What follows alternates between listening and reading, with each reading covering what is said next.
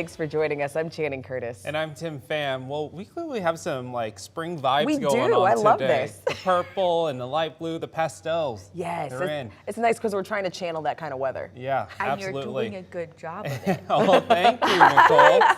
We'll let Nicole in on the memo next time. I know, right? I'll be matching. I'm in my winter blue. I'm like morning winter right now. It looks good. It looks great.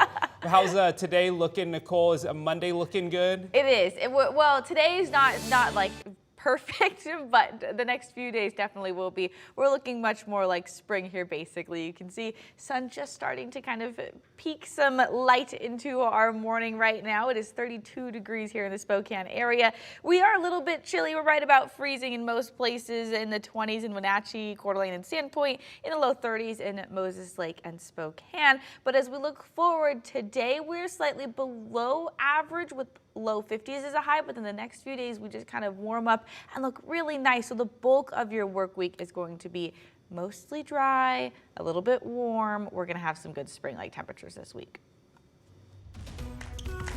Well, the Final Four is officially set. The Miami Hurricanes defeated Texas, advancing to the Final Four for the first time in program history.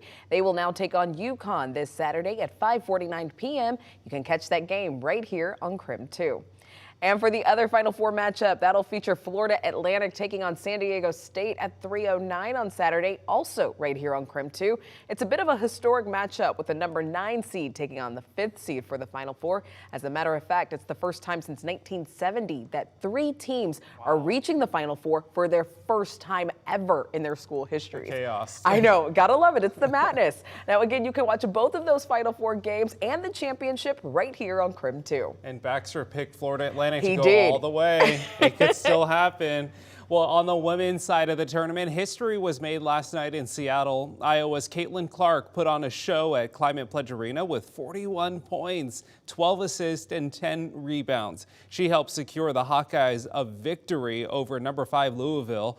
Clark is the only player in NCAA tournament history with a 40-point triple-double game.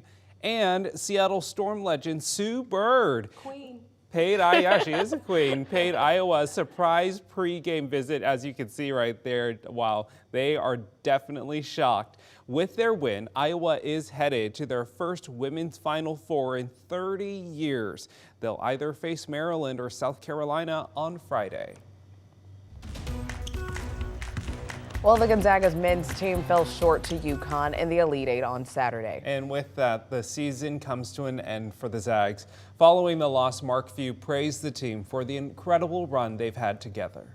And personally, I think this is 24 years of being a head coach. I've never had a team get this much better over the course of a year. I mean, and again, take away this last 2 hours, but prior to that, from where we were in November to where we were 2 hours ago was just an incredible journey and a bunch of fun. Now, Coach Few wasn't the only one showing his support and appreciation. Yeah, Drew Timme alongside Anton Watson, Brashear Bolton, they sang praises of their coach. Coach Few is a great coach. He's pushed us so hard this year. You know, him and Drew, they always bump heads sometimes, you know, but that's just the joy of getting better. He's, gotten us better throughout this whole season, as you guys have seen. We couldn't have made this run without him, and I appreciate him for bringing me in these last 2 years of my career and, help me be a part of something bigger than myself. So, I appreciate Coach Few. He's a great leader. He means the world to me. I mean, he's believed in me. He's believed in us. He's always pushing us to be the best version of ourselves in every area of life. He holds you accountable, but he loves you as well. And I don't think words do justice to what he's meant to me. As both players and Coach Few mentioned in their post-game interviews, the fans were at the center of this March Madness run.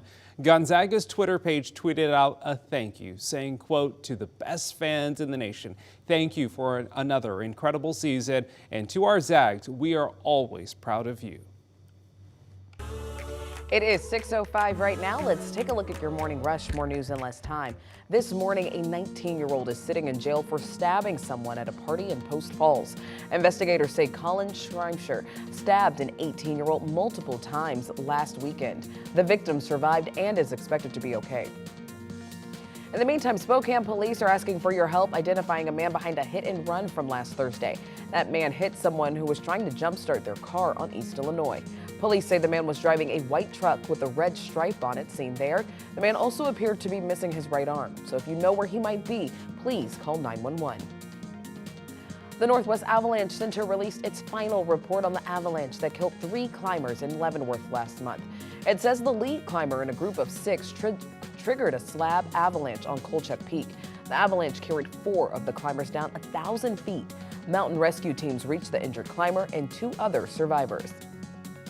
And this morning, we have new details in the Lori Vallow day bail case. Last week, the prosecution filed a response to Vallow's alibi, which was filed 9 months after she was arraigned. The prosecution says she should have only had 10 days after her arraignment to submit her alibi.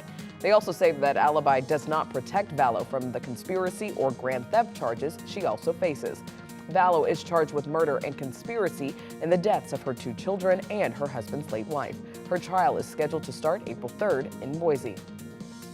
Well, a heads up for drivers, expect some closures on I-90 once again. WashDOT continues construction on the new Kramer Parkway undercrossing. So starting tonight at 7 o'clock, expect lane closures until 4 a.m. on Tuesday. And you can expect those same delays Tuesday night heading into Wednesday morning. And that's a look at your morning rush. In our In Session series, we help you make sense of the hot topics in the legislature. So this morning, Idaho is joining 4 other states who allow execution by firing squad as a death penalty option. Governor Brad Little signed the bill into law on Friday. The bill does come with a stipulation, though. Death by firing squad will only be used when lethal injection is unavailable. It is estimated it will cost at least $750,000 to retrofit correction facilities to be able to carry out firing squad executions. The law will go into effect July 1st. It will apply to all death row cases. Now, in his letter to the Speaker of the House, Governor Little wrote, "The families of the victims deserve justice for their loved ones, and the death penalty is a way to bring them peace." So now, like we just mentioned, the firing squad would only be used when lethal injection is not an option. But how often would that be? Yeah, so we dug deeper and looked at the state's history of struggling to acquire lethal injection drugs. For decades, most of the lethal injection drugs used in the U.S. were bought from European drug manufacturers. Since 2011, the European Union banned the selling of these drugs to countries where execution is legal. This shortage hit Idaho especially hard. In the last 6 months, Idaho has had to call off the execution of 1 death row inmate twice. Both times it was because of the lack of the lethal injection drugs. But the problem goes back even further.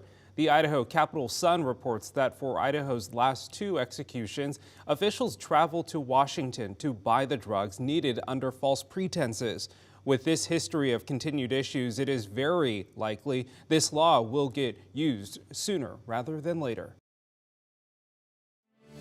Getting a little bit ahead of myself and talking about the spring weather we're going to see this week, but unfortunately we do have to get through a tiny bit of wintry-like weather before we get there. Right now we do have some flurries popping up in the Pullman area and Moses Lake Othello area, and those flurries are going to stick around through the day. They're going to kind of pop up here and there. More later today north of the Spokane Coeur d'Alene area. Some of us will be seeing those as snow. Some of us will be seeing them as rain, of course, depending on how warm they are. But as we look forward to the next few days, those flurries clear out. Some of the cloud cover clears out as well, leaving us nice and sunny and pretty warm as well. But take advantage of it because this weekend we do have more moisture on the way. I'll talk about that in just a few minutes.